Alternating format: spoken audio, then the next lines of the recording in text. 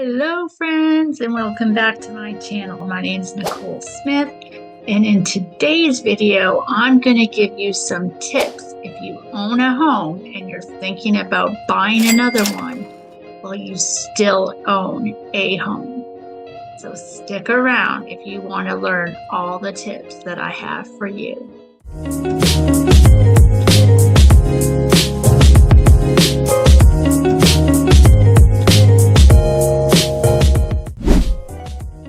Hey friends, thanks so much for sticking around. Now you may know or you may not know that buying a home is a process that you really do need a professional like a realtor to help you and guide you through the process. And if you're selling a home and wanting to buy another home, that is also a very tricky process. It's always a great idea to hire a realtor like myself who has been through the process, maybe personally, and of course with all their customers. So today I wanted to walk you through that and help you first mentally prepare and then give you some options on how it's actually done.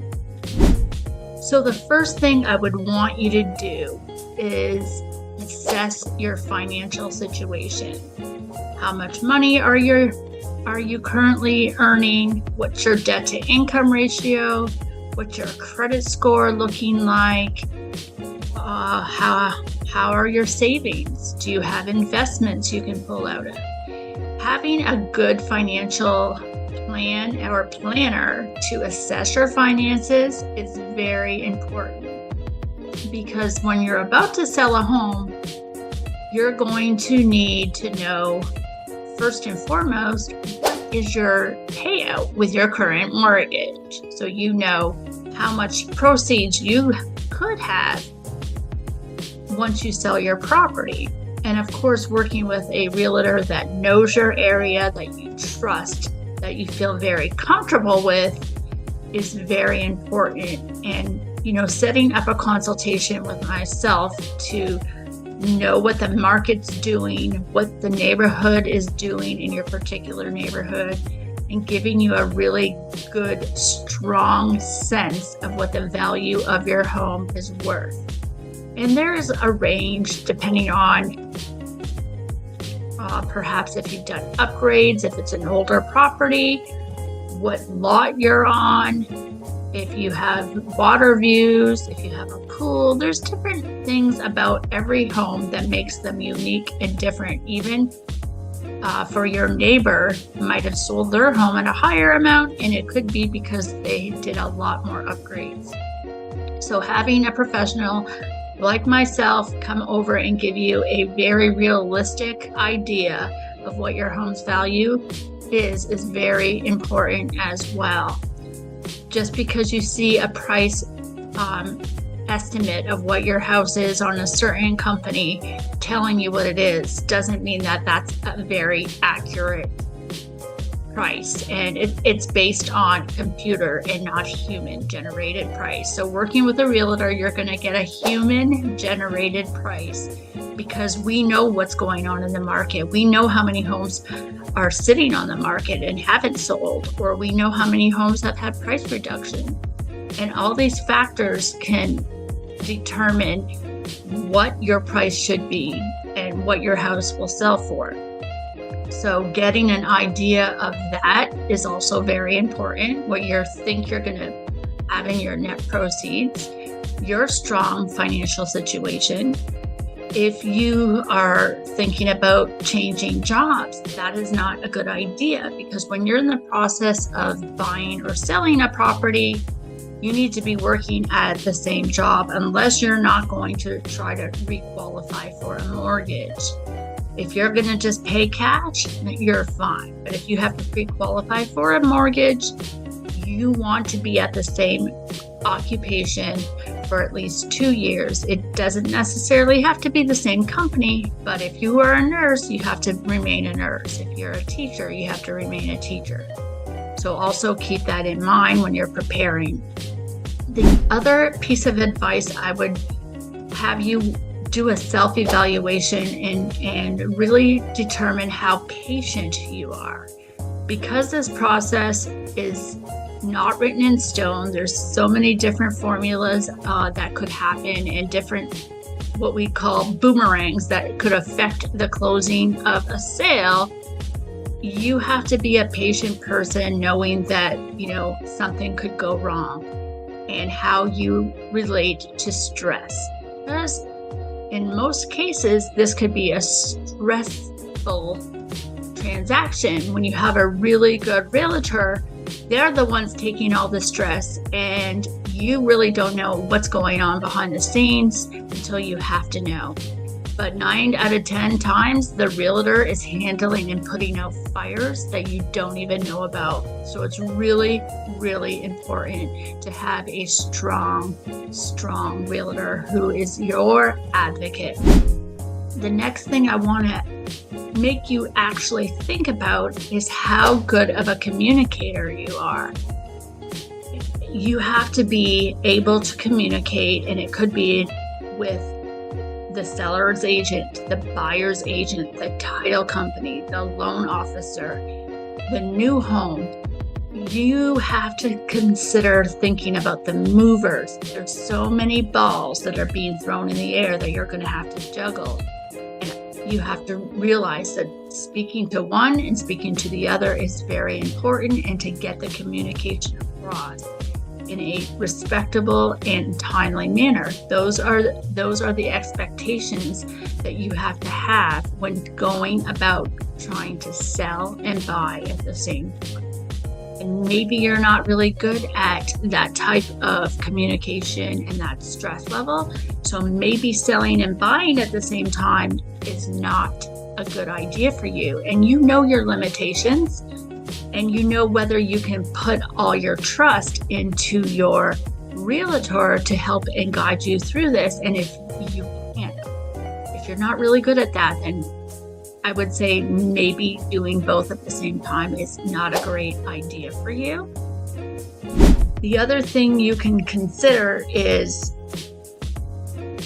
selling your home first and then buying your home afterward. This is an option. It's something that might be an option for you if you're not really, really great at dealing with stress. But one of the other options is to really concentrate on the sale of your home first, getting it in tip-top shape, decluttering it, doing your deep cleaning, getting it pristine so that you can get the best value for your biggest asset, and concentrate on that. Simultaneously, your realtor will have interviewed you for where you want to move, what you're looking for in your next move, and they can be looking into those things and have a really good idea of where you're going and what price ranges you're going to feel good at. So when the house goes under contract, start looking immediately. And the thing is, you can also put in on your listing that it's a contingent upon you selling. So you're not going to take offers that are maybe not willing to let you go and buy a house at the same time. So you might have more control in this situation than you actually think. Some sellers will also do what they call a buyback lease. So if the buyers want to buy the home, but you haven't been able to secure a new home yet, you can ask them if you could actually lease back their new home. And you're going to pay a little more because their mortgage payment is higher than your current. So you have to keep that into consideration.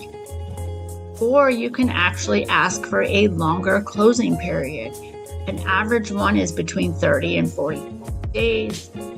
So in part of your negotiation, your realtor can ask for maximum 60 days or minimum 45. And that can be a part of the closing. So it just depends on what your future buyer's needs are and what you as a seller are needing. If you need to move into another home, you might want to consider those. If you are perhaps considering renting, then you're not really going to have too much trouble with that. Now, if you're in the situation where you're downsizing and you have a lot of equity, you may not have to worry about the aspect of the financial portion. There are what we call bridge loans, and that could be an expensive option for you if you need to qualify for another loan, because they may want to charge you extra fees, but that's an option if you buy and sell at the same time. You ask your lender, and it's good to have a good local lender who knows you, who knows your realtor, who has a great sense of communication and can think outside the box. We have to get creative with whatever situation may occur that we haven't planned for. The other option is doing a rental or a short-term rental while you go and make progress in buying your next home. So that is an option. You sell your home, you're not finding another home, and you go and rent a short-term lease. Now that can be a little bit cumbersome because you're going to have to still move everything, put it in storage, and then move again. So it could be a little more expensive, but it is an option. Another option is getting pre-qualified for another home loan and being able to buy another house without actually selling your house. And that could be possible because maybe when you purchased your house, you got it for a really great price. You were making less money, and now you're making way more money, and you have a lot of equity in that house. So there's different products out there that the lenders can actually check in on what your debt to income ratio is and what you would qualify for. So buying a home and selling a home simultaneously may be a great option for you if those are your circumstances. One of the other things you might consider doing is making sure that the buyer is doing a contingency. So what that means is the contingency that you won't accept an offer on a home, or you won't accept the offer on your home unless they're willing to allow you to buy a home. So that could be an option also. So those are the tips I have for you as sellers who are thinking about buying at the same time as selling. And it's very important to have a strong team. And the team I work with here in the Metro Jacksonville area, they are awesome, and I trust them. And we have closed many deals this way.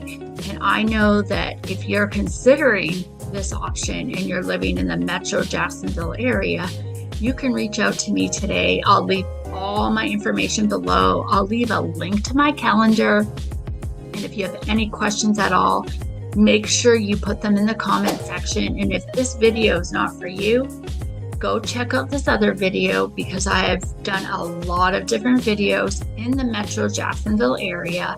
I've toured many communities, and maybe that's what you're looking for. I've also done a video on downsizing and right sizing. So maybe you're curious about what does that mean? So go check out that video. And if you have never saw this video before, saw me, I should say, make sure you like, make sure you subscribe, and make sure you follow me. Share this video. Maybe you know someone who's thinking about selling at the same time as they're buying. And I can help everyone in the Northeast Florida region, all the way from Fernandina Beach down to Palm Coast and everywhere in between. I've been living here in Metro Jacksonville for almost 10 years, and I absolutely love living here.